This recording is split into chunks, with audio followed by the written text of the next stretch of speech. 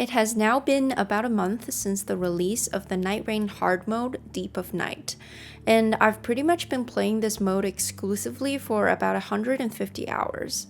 The conclusion I have come to is that this game mode has made what is already a very exhilarating gameplay ultra addictive now. You get to see your rank numbers go up and down as you play one round after another, and with the addition of these cursed weapons and enhanced enemies, the RNG pool is now even larger.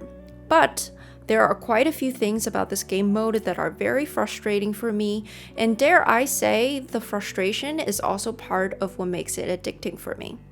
The things I want to talk about in this video are not necessarily separated into good or bad, but more so my observations and thoughts on how the good and the bad weave together into a frustrating yet addictive game mode. So just listen to my points and let me know your thoughts. First off, the challenge is real.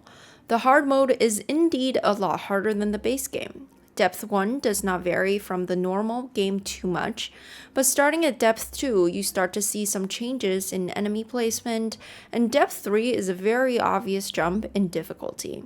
More red enemies, bosses can start to one-tap or two-tap you, and in general, the environment just feels more dangerous, and there are more consequences to your mistakes. So when making your build, you need to be way more careful and build more defensively as opposed to all offense like I normally like to play in the regular mode. This means picking up weapons with passives like improved damage negation at full HP, the ritual shield talisman if you're lucky, affinity and physical damage negation perks at boss drops, and even finding consumables like uplifting aromatics and boiled crabs that I normally just kind of ignore. I am currently stuck at Depth 3, which is attributable to Deep of Night's point system and maybe my own skill issue, which I also want to talk about later. At Depth 3, I'm already seeing large chunks getting taken off my health bar by just regular enhanced mobs, so I can only imagine what it will be like at Depths 4 to 5. The need for these passives often mean that instead of a cool weapon you want to use and rotate through, it might be a smarter choice to replace it with a gray weapon that has a damage negation passive on it.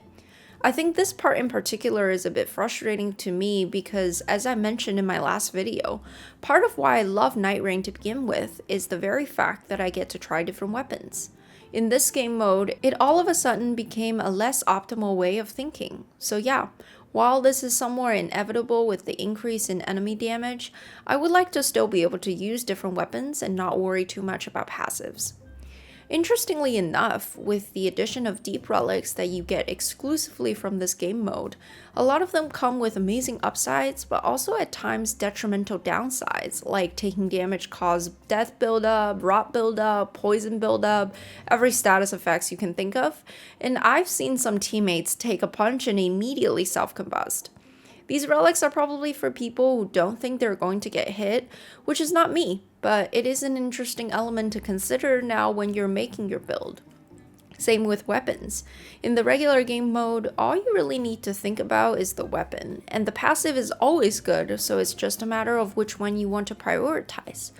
But now, cursed weapons have top-tier scaling and amazing buffs, but will also come with very annoying downsides like rot buildup below max HP. Alright, get this. Once I found an amazing weapon for my character with continuous HP recovery as upside and continuous HP loss as a downside. I mean, I just want to laugh out loud because stuff like this is comical. And it happens. At higher depths, the skill differences begin to show in players. Usually the very skilled players who don't get downed often or just generally stay out of trouble are the ones who play the game like it's turn-based combat.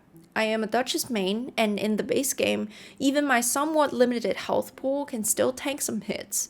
So I get to finish my dagger chain attack and face tank some hits, and buffs that enhance chain attack finishers and the twin blade talismans are a lot more helpful. But in this game mode, I honestly am afraid of just attacking and finishing my combo, because unless the boss walks in a straight line and is hyper-focused on another teammate, I'm just going to get one shot while the boss aggroes on me while I'm mid-swing. So here, we do begin to see how in order to be successful in this game mode, you can't just be blindly looking for what would otherwise work for you in the normal game mode. You'd have to think carefully and strategically about what is actually useful for your build. What I have seen so far in the community is that people think the Nightfarers start to differentiate in their viability in this mode. And while I do agree that in its natural state without any relics setup, some characters are probably easier to play. I really do believe that it's the player, not the character, that makes or breaks the gameplay. Now, I am not confident myself in making characters like Guardian or Raider work, but I have played with very competent teammates who switch up their normal strategies and adapt to this enhanced difficulty with these characters. The community seems to agree that Wilder, Duchess, and Iron Eye are the quote-unquote most viable characters. Wilder with his sixth sense ability and versatility, Duchess with her infinite dodge iframes, and Iron Eye with his mark ability and distance.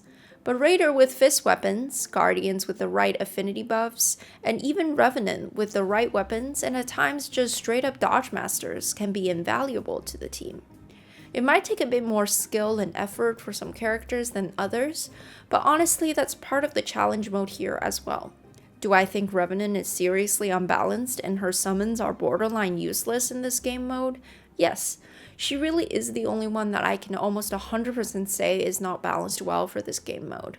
But other than that, I really enjoy how players adapt to this new game mode and are very creative in problem solving, which is also another shining trait of Nightreign.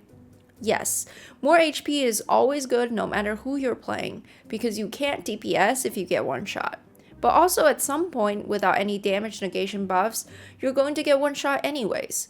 And here is what I think a lot of people forget to mention: stamina is also extremely important. It allows you to attack, cast spells, dodge, sprint, and basically any action you'd want to take in combat. For how hard the enemy hits in this game, you should really be dodging everything, because literally a sneeze from an enemy might kill you. And more stamina means that you can dodge and attack and dodge seamlessly. Stamina is so underrated, so I'm here to emphasize. If you ever get max stamina up or stamina recovery perks, take them. The one singular addition that really makes this game mode addicting for me is the point system. It's very punishing and excruciating when a failed expedition or someone else's Alt F4 causes a huge amount of point loss for me, and they had to make the decrease red. I absolutely hate it because I feel like for the 200 to 300 points you gain when you win, it's nothing compared to the hundreds of points lost for losing. I hate this so much that I love it. Unfortunately, this is how they get you, and I got. The numbers make my simple little brain happy, and with my rank going up, I'm always hoping to play with better and better teammates. Speaking of teammates, the biggest draw and motivation for me to climb this ladder is that I want to play with randoms. But not just that, I want to play with very considerate and competent randoms. I enjoy the multiplayer format of this game, and I find Souls combat to be art. People who can play the Souls bosses so masterfully are all inspiring for me. I only started gaming about a year ago, and Elden Ring was the second game I've ever played. So I still remember what it was like to face Melania and get one shot without ever seeing her movesets, and then watch a video of Let Me solo her and was just completely flabbergasted that people like that exists. Nowadays, I do see quite a few number of players who are very good, and honestly, I just want to climb the ladder to witness that in real time. This is also another element that is highly addicting for me. Even with the base game, every time I load into a lobby with randoms, it's a little bit of a guessing game of how our synergy will be. Honestly, it's like gambling. The good times give me so much dopamine release, and I just want to play one session after another. While the bad times make me want to destroy my very expensive PC and keyboard. But hey, we still gotta do one more, just to run this back. It becomes a loop. Compared to the regular game, this game mode separates the teammates very dramatically. I'm not just talking about skills, because as you go up the depth, very reasonably so, your teammates and you get better and better, because presumably you get there because you pass the skill check. What I'm talking about here is general game knowledge and game etiquette. You see, with this multiplayer format, you're playing with anonymous internet people, whose personalities and intentions are completely unclear to you. With the absence of voice chat and very limited emotes and pings, you've got people on two opposite ends of the spectrum. There are the ones pinging and dropping weapons for you, looking out for you, and always fighting alongside with you, bonding with you in these short 45-minute sessions that win or lose, you feel accomplished because you had a good time. And then there are the ones that are questionable. Ping spammers, weapon hoarders, you get the gist. These ones make my blood boil. Even if we do end up winning, I did not have a good time. So yeah, compared to the base game, you have got a lot more of both types of people. When I load into a lobby, I just never know which one I'm going to get. You see how this one can be so addicting like gambling? Now, I do have faith in the community, despite the occasional terrible multiplayer sessions. Most of the Dev 3 players are true Sum bros, and we melt through the bosses and usually have a great time. I think once a new player realizes that strong teammates with strong weapons and builds make for better chances of winning, etiquette becomes somewhat known to them.